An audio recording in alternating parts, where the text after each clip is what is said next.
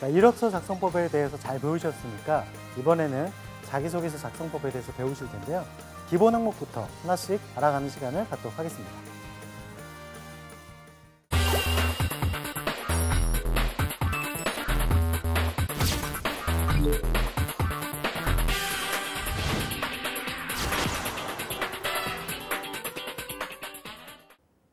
자기소개서 작성, 많이 해보셨나요? 이제 자기소개서 작성법에 대한 설명을 드릴 텐데요. 자기소개서가 참 작성하기 쉽지가 않습니다. 그리고 아예 항목이 아무것도 정해져 있지 않는 자율서식일 경우에는 어떻게 작성해야 되나 더 막막하실 수가 있습니다. 반대로 기업에서 아예 항목 자체를 자세하게 묻고 있어서 그 자세한 부분을 작성하는 것도 사실상 쉽진 않죠. 그래서 오늘 자기소개서 작성법을 설명을 드릴 테니까요. 잘 들어보시고 자기소개서 항목별로 어떤 것들을 알아야 되느냐, 그 의도를 알고 정확하게 작성하면 좋은 자기소개서가 작성될 수 있다. 이 점을 좀 기억하셨으면 좋겠습니다. 자, 그러면 자기소개서에서 가장 중요한 항목, 첫 번째 무슨 항목일까요? 맞습니다. 바로 지원 동기 항목이 가장 중요할 수 있는 항목이라고 할 수 있습니다. 보시는 표와 같이 자, 왼쪽에 보시면 직무 지원 동기가 있고요. 오른쪽에 회사 지원 동기가 있습니다. 지원 동기는 크게 두 가지로 생각을 해두시면 좋을 것 같아요. 첫 번째는 직무 지원 동기, 두 번째는 회사 지원 동기. 저는 회사가 정해지지 않았는데 지원 동기 쓸 수 있을까요? 걱정하지 마십시오. 직무가 정해져 있으면 바로 직무 지원 동기부터 작성을 하시면 됩니다. 자, 그러면 직무 지원 동기를 먼저 작성을 하고 이후에 회사 지원 동기를 회사가 정해지면 작성하시면 되니까 직무 지원 동기부터 한번 살펴볼까요? 직무에 지원한 이유가 무엇인가, 이거를 묻는 게 직무 지원 동기일 텐데요. 많은 분들이 관심 있으니까요, 하고 싶으니까요, 재밌으니까요, 전공을 했으니까요, 이런 얘기들을 하시거든요. 과거에는 그런 부분이 통했습니다. 왜? 전공을 했으니까, 관심이 있다고 하니까, 흥미가 있다고 하니까. 자, 그런데 그런 지원자들을 채용을 하고 나서 봤더니 의외로 일이 맞지 않아서 퇴사할래요 라고 하는 사람들이 많았다는 거죠. 그래서 직무에 대해서 정확하게 알고 있는 지원자를 채용을 하자라고 기업들은 생각을 하고 있고, 그러다 보니까 기업 홈페이지에 들어가 보시면요, 직무에 대한 소개가 요즘 너무 잘 나와 있습니다. 그 회사 맞춤으로 직무에 대한 기본적인 이해부터 해서 앞으로 커리어 패스는 어떻게 되고 비전은 뭐가 있고 이런 내용들이 자세하게 나와 있으니까 먼저 그 직무를 선택하실 때 그런 걸 활용하시는 게 기본이 되겠죠. 자, 그러면 어떻게 작성하시는 게 효과적일 수 있을까? 바로 그냥 관심 있다, 흥미 있다가 아니라 왜 관심을 갖게 됐다, 왜 흥미를 갖게 됐다라는 그런 부분들을 얘기해 주시는 건데, 그게 바로 보시는 것처럼 유사 경험을 활용하거나 경험을 활용하는 것이 가장 베스트 답변인 것 같습니다. 자, 그럼 그게 어떤 내용이냐? 이렇게 생각하시면 될 것 같아요. 제가 유사한 일을 해보니까 이 일을 잘할 수 있기 때문에 지원하게 됐다라고 얘기할 수 있겠죠. 직접 나는 경험을 해봤기 때문에 잘할 수 있다. 만약에 직접 경험이 아니에요. 그렇다 하더라도 그와 유사한 경험을 했다면 유사한 경험을 하면서 내가 이런 부분을 잘 할 수 있기 때문에 지원했다라고 하면 더 좋은 평가를 받을 수 있으실 것 같습니다. 자, 그리고요, 내가 만약에 관심을 갖고 지원을 했습니다. 그러면 관심이 있다는 거에 대해서 표현이 필요할 것 같은데요. 바로 그게 직무 역량이라고 보여줄 수 있을 것 같습니다. 그래서 내가 이 직무를 잘 수행하기 위해서 어떤 노력들을 했는가, 이 내용들을 작성하시는 게 중요할 수 있겠죠. 자, 그러면 어떤 내용들이 들어갈 수 있을까요? 맞습니다. 첫 번째는 이론적인 내용이 되겠죠. 내가 이와 관련된 과목 또는 이와 관련된 수업을 들으면서 이와 관련된 이론을 배우면서 이런 부분에 대한 게 너무 재미있고 너무 관심이 갖고 그리고 이런 부분을 알아가는 게 좋았다. 이런 게 될 수가 있을 것이고요. 두 번째는 경험이게 되겠죠. 아르바이트가 됐던 인턴이 됐던 서포터즈가 됐던 실제적으로 내가 그런 경험을 하면서 이 부분을 잘 해낼 수 있다는 걸 보여줄 수 있는 근거. 즉 다시 한번 정리를 해드리면요. 그냥 관심 있다가 아니라 내가 이런 부분을 하면서 이런 부분을 배우면서 관심을 갖고 잘할 수 있기 때문에 지원을 했다라는 게 이유가 되는 거고 그 일을 잘하기 위해서 나는 직접적으로 이런 부분에 대한 지식들을 갖추었고 이런 부분에 대한 경험들을 쌓았다. 즉 직접 경험, 간접 경험을 작성해 주시는 게 직무 지원 동기가 될 수 있습니다. 이 직무 지원 동기만 작성을 잘 하시면요. 나중에는 회사가 선택됐을 때 회사 지원 동기 찾아내시면 되겠죠.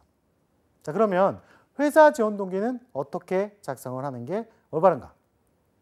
회사에 대해서 그냥 1등인 기업이니까 가고 싶습니다. 이렇게 작성을 하셨다면요. 그거는 마이너스 될 것 같아요. 왜냐하면 기업에서 만약에 이 서류를 통과시켜서 면접을 볼 때 우리 기업이 2등 되면 어떡하실 건가요? 라고 말씀하시면 대답할 거리가 있으신가요? 없습니다. 1등인 기업이기 때문에 내가 서류를 작성하고 가고 싶다라는 건 적절하지 않겠죠. 즉 회사의 강점을 찾아주는 게 굉장히 중요할 수 있습니다. 그 강점은 회사에 대한 분석을 해야 될 것이고 이 분석을 통해서 내가 이 기업이 이런 비전을 갖고 있구나.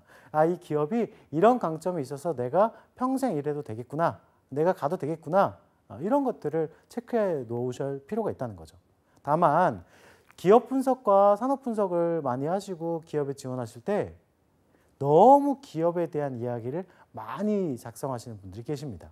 즉 A라는 기업에 지원하는데 기업의 장점은 뭐가 있고 또 뭐가 있고 또 뭐가 있고 사업은 현재 뭘 하고 있으며 이런 것들을 작성하시면 그게 기업 지원 동기인가요?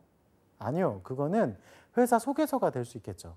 회사를 소개하는 게 아니라 기업의 지원 이유를 정확하게 작성하셔야 됩니다.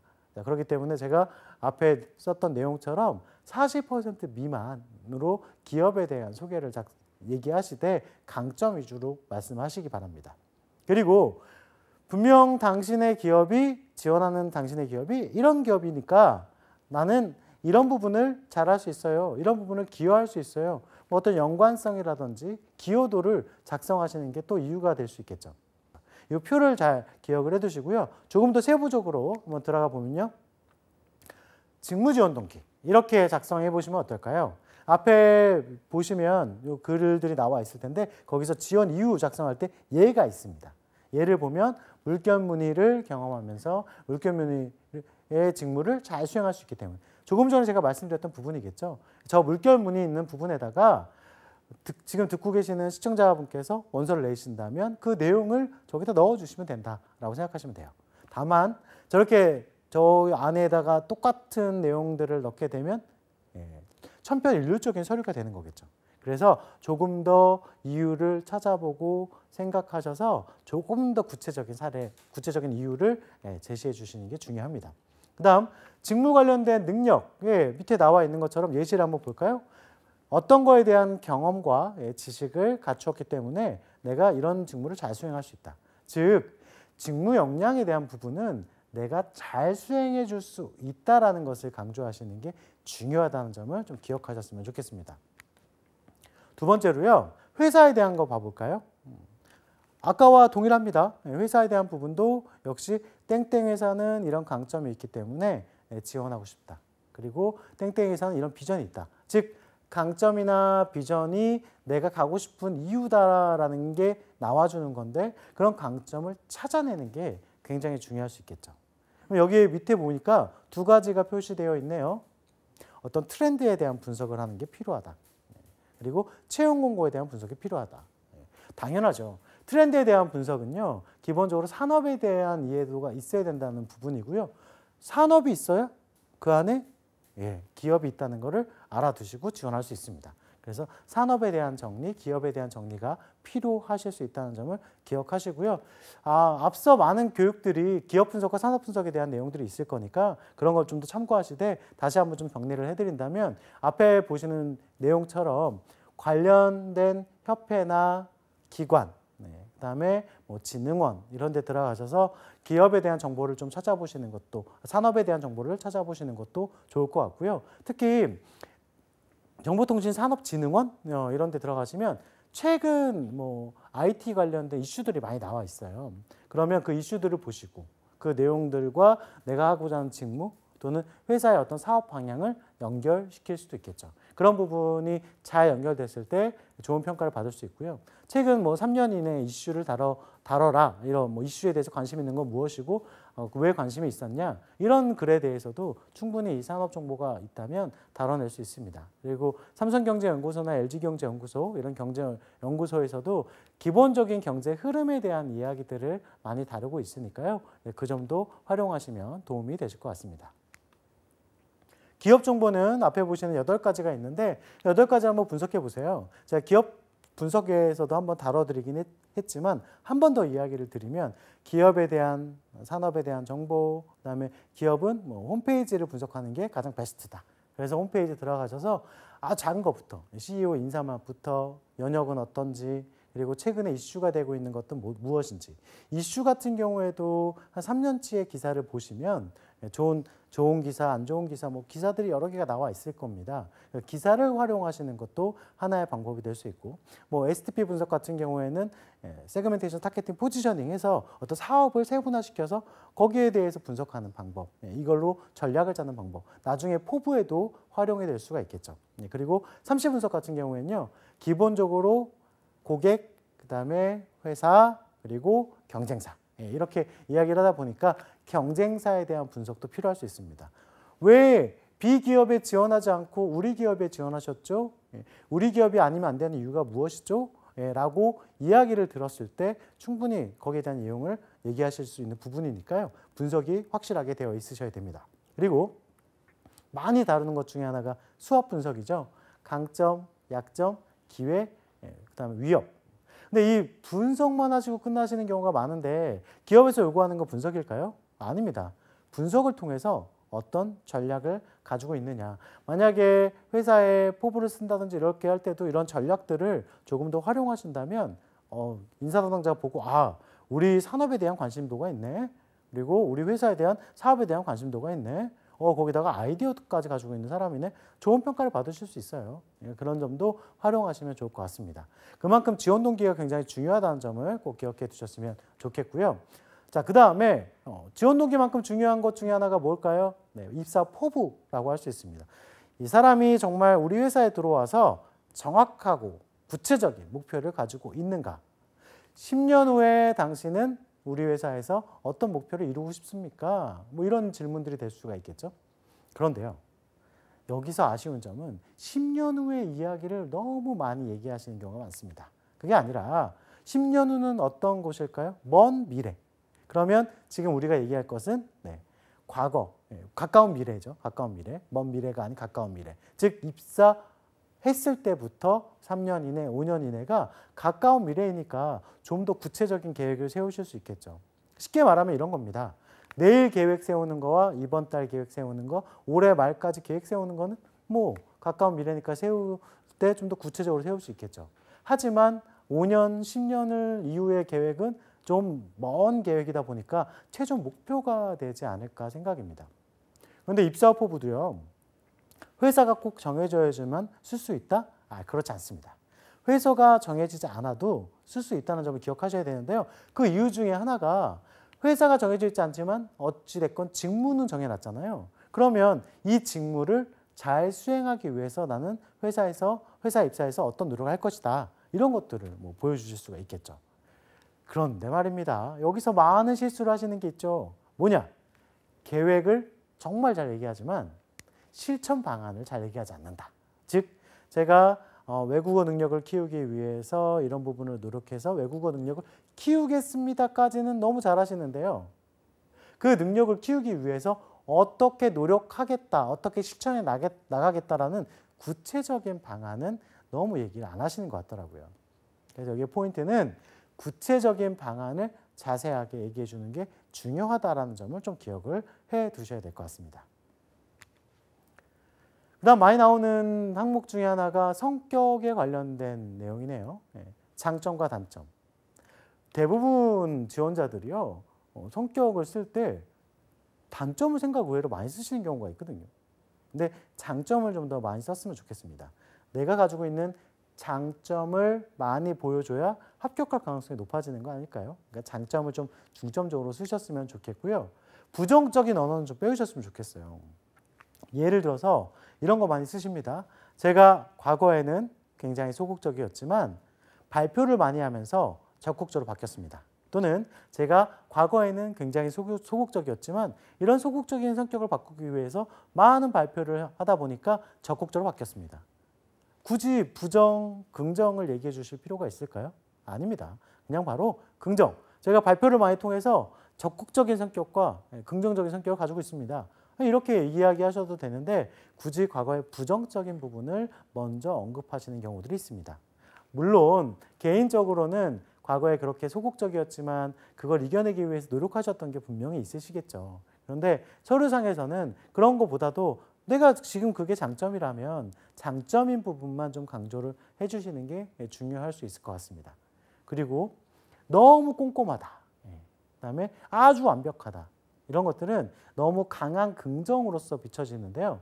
강한 긍정으로 비춰지다 보니까 아무래도 그런 강한 긍정은 오히려 부정적인 측면을 주기도 하니까요. 너무 완벽하게 하려고 하다 보면 이 사람이 예민한 사람일 수도 있고 아니면 그런 것 때문에 시간이 오래 걸릴 수도 있고 이런 것들에 대한 부정적인 측면도 보여줄 수 있으니까 너무 완벽하고 너무 강하고 이런 너무 강점에만 강점에만 국한돼서 너무 어려운 단어, 그러니까 좀 어떻게 보면 너무 완벽한 단어, 이런 단어들을 좀 피해 주시는 게 낫지 않을까 생각이 듭니다. 이런 것들만 좀 피해 주시면 장점 쓰는 건 어렵지 않으실 거라고 생각이 들고요. 그다음 추가적으로 말씀을 드리면 장점을 썼을 때 근거가 굉장히 중요합니다. 성격을 좀 풀어서 얘기해 보면요. 20개에서 30개 이 장점을 거의 벗어나지 않는 것 같아요. 뭐 친화력이 있다, 적극적이다, 긍정적이다, 꼼꼼하다, 뭐 센스가 있다, 적응력이 좋다, 뭐 등등등. 결국엔 장점의 단어는 다른 지원자랑 똑같은 단어들을 쓸 수 있다 보니까 근거가 정확하게 제시가 돼야 된다는 게 필요합니다. 그래서 근거를 정확하게 제시할 수 있도록 꼭 구체적인 사례를 제시해 주는 게 중요할 수 있다는 거. 내가 가지고 있는 이런 부분의 성격을 잘 활용해서 이런 부분을 잘 보여줄 수 있었다. 그런 사례가 나와준다는 게 굉장히 중요한 거죠. 비슷한 단어를 썼다면 당연히 사례에서 포인트를 잡을 수밖에 없습니다. 이런 장점은 그나마 좀 쓰기가 편할 수도 있어요. 그런데 단점은 좀 어렵죠. 이런 단점은 굉장히 좀 어려움을 느끼는 것 중에 하나인데 이게 두 가지의 얘기가 있어서 뭐가 맞다라고 할 수는 없지만 그 두 가지 얘기를 다 들어보도록 할게요. 첫 번째는 장점이 커서 발생할 수 있는 단점. 조금 전에 우리가 다뤘던 너무 꼼꼼하다 보니까 일이 늦어지는 경향이 있다. 이런 장점이 커서 발생할 수 있는 단점을 얘기하시는 경우도 있습니다.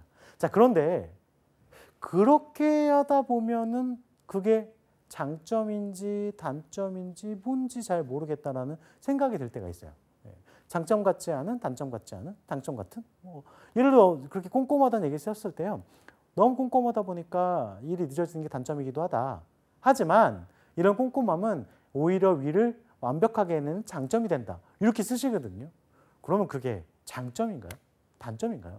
그거는 물음표가 됩니다. 그래서 제가 생각하기에는요. 단점이 있으시면 단점을 쓰시되 장점이 커서 발생할 수 있는 단점이 아니라 실제 내가 가지고 있는 단점을 떠올리시고 단점을 쓰십시오. 다만 일과 연관성이 직접적으로 깊은 단점을 좀 피해 주시는 게 좋겠죠. 그런 단점을 썼을 때는 마이너스 될 수가 있습니다. 자, 그러면 그 사례는 제가 뒷부분에 설명을 드릴 테니까 단점을 썼을 때 그럼 보완점을 쓰는 게 굉장히 중요한데 보완점은 어떻게 작성하는 게 중요한가? 자, 생각을 한번 해볼게요.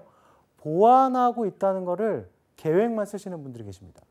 메모를 하겠다, 일의 우선순위를 정하겠다 이렇게 쓰시는 분들이 계신데 그렇게 쓰는 것보다도 실제로 이런 상황에서 메모를 하면서 이런 부분을 이렇게 해봤던, 보완해봤던 경험이 있기 때문에 충분히 보완해 나갈 수 있다라고 하시는 게 더 낫겠죠. 즉 보완해봤던 사례로서 내가 보완했던 내용을 작성하시면, 근거를 작성하시면 충분히 보완해 나갈 수 있다라고 판단할 수 있으니까 보완해 나가겠다라는 계획이 아니라 보완해 봤으니까 충분히 보완해 나갈 수 있다라는 사례로 작성한다. 이 점을 기억해 두시면 좋을 것 같습니다. 단점은 작성을 잘 하셔야 돼요. 왜냐하면 일과 단점은 같다라고 생각할 수가 있거든요. 자, 앞에 보시는 사례를 하나 보여드릴 텐데 보면 적극적이고 친화력이 좋다. 굉장히 좋은 장점이죠. 가끔 욱한다. 뭐 욱한다는 말 말고도 이런 게 있을 수 있겠죠. 적극적이고 친화력인 거는 저의 장점인데 좀 직설적인 게 단점이다. 자, 그런데요. 만약에 이분께서 사회복지사로 일하신다. 예. 사회복지 하시는 직무에서 직설적인 성격이 단점이라면 그건 문제되지 않을까요? 봉사를 받는 분께 직설적으로 얘기할 수 있으니까. 그게 단점이라면 오히려 행정적인 처리를 할 때 뭔가 민원인과 맺고 끊는 부분에서 필요할 수도 있는 상황이지만 봉사하는 부분에서 놓고 보면 큰 단점이 될 수도 있습니다. 그리고 밑에 보니까 가끔 깜빡깜빡하는 경우가 있어요. 뭐 쉽게 말하면 우리가 건망증이라고 할 수도 있는데 사람이 일을 하다 보면 가끔 놓치고 가는 경우도 있습니다. 자, 그런데 만약에 금융권에 지원한다고 생각해 볼까요? 어떨까요? 네, 그렇게 쓰면 안 되겠죠. 실제로 제가 아는 교육생 중에 지금처럼 단점을 깜빡깜빡하는 걸 써가지고 원서 낼 때마다 안 됐었다가 그 단점 말고 다른 단점을 보완할 수 있는 다른 단점을 써서 합격했던 케이스도 있거든요. 그만큼 성격과 일은 굉장히 중요하다. 이 점을 기억해 두시면 좋을 것 같고요. 다음에 학교 생활인데요. 학교 생활을 얘기하실 때 뭐 군대 얘기 뭐 상관없습니다. 근데 군대 얘기를 좋아할까요? 좋아하진 않죠. 학교 생활이라는 거 먼저 정의를 내리면 제가 생각한 건 학교 입학부터 졸업까지 기간 동안 모든 것이라고 생각하시면 될 것 같아요. 자, 그래서 입학했을 때 부터 학교에서 활동했던 거, 뭐 중간에 아르바이트 했던 거, 뭐 휴학하고 어학연수 갔다 왔다, 모든 것들. 그거를 학교 생활이라고 할 수 있는데 아무래도 학교 생활을 좀 통해서 보고자 하는 건 이 지원자가 직무와 연관성을 가지고 좀 활동을 했는가 이런 거에 대한 궁금증도 있을 수 있고요. 그리고 또 이 지원자가 어떤 인성을 가지고 있느냐. 예를 들어서 제가 컴퓨터 자격증 동아리를 했다고 칠게요. 컴퓨터 자격증 동아리에서 자격증을 따기 위해서 노력을 했던 거. 그래서 자격증 취득했다. 그러면 약간 직무적인 측면하고 연관성이 있을 것 같고요. 반대로 자격증 동아리를 하고 있는데 한 명이 맨날 늦게 와요. 잘 어울리지 못해요. 근데 이 친구도 끝까지 잘 끌고 갈 수 있었던 리더십을 발휘했던 거. 그러면 이게 인성적인 측면이 될 수가 있겠죠. 두 개 다 작성을 하실 수가 있는데 직무적인 측면이 좀 더 강조됐으면 좋겠다라는 생각이 들고요. 좀 피했으면 좋겠다는 것 중에 하나가 너무 체육대회나 학교의 축제 때 뭐 아이디어를 가지고 뭔가 돈을 벌었다 이런 것들은 크게 와닿는 부분이 아닌 것 같아요. 그래서 그 부분에 대한 내용이 있다면 좀 피해 주시는 게 좋지 않을까 이런 생각이 들고 또 봉사활동에 갔던 부분만 강조하신다면 그것도 대학생활 중에 가장 기억에 남는 경험이 뭡니까 했을 때 봉사활동보다는 또 직무와 연관성이 있는 이런 것들이 더 나와줘야 된다고 생각이 드는데 너무 봉사에만 치중하시는 것도 마이너스 될 수 있으니까 그 점을 좀 기억을 해 두셨으면 좋겠습니다. 그다음 성장 과정 부분인데요. 성장 과정. 성장 과정이라는 말 때문에 쭉 나열하는 케이스, 과정을 나열하는 케이스가 있는데 그거를 원하는 기업도 있더라고요. 아직도. 그런데 그게 아니라 기본적으로 원하는 기업들의 내용을 살펴보면 어떤 사람입니까? 어떤 가치관을 갖고 있는가? 이거를 좀 더 보고자 하는 게 많습니다.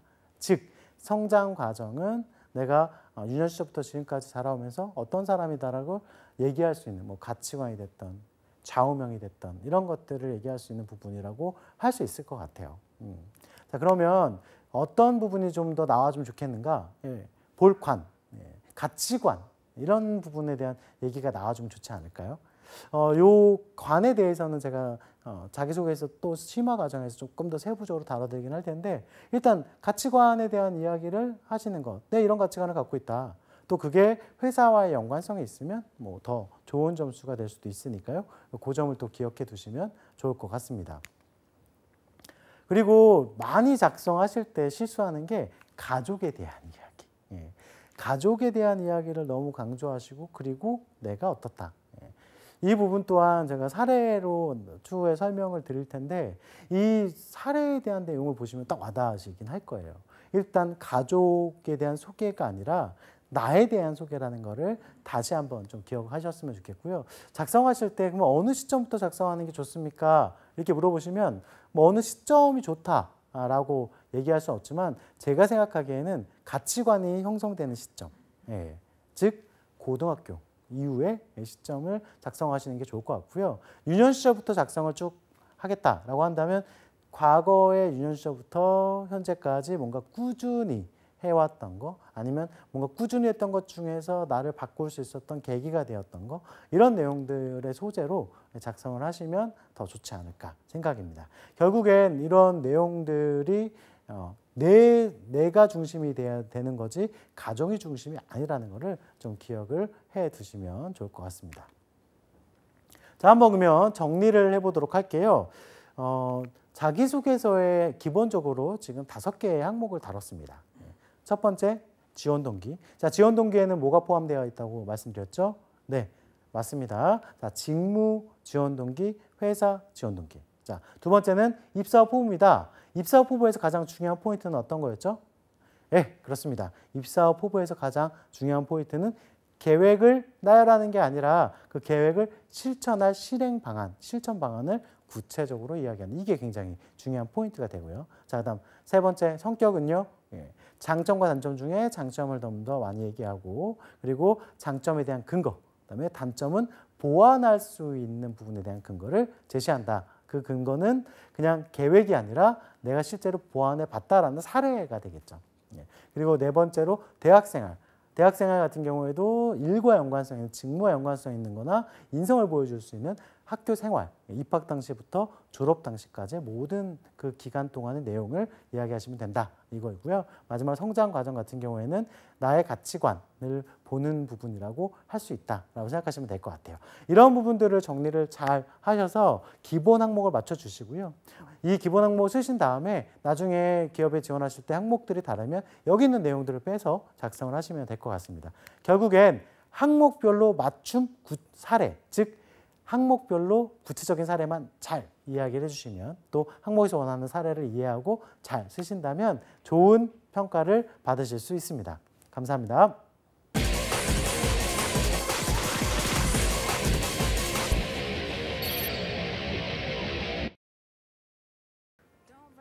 자기소개서 기본 항목 잘 들어보셨죠? 5개 항목. 이거는 자유서식일 때 가능하고 미리 한번 작성해 보시는 것도 굉장히 중요할 것 같습니다. 항목별로 요구하는 게 어떤 것인지 잘 기억하시고 잘 작성하셔서 꼭 서류 합격에 성공을 하셨으면 좋겠습니다. 감사합니다.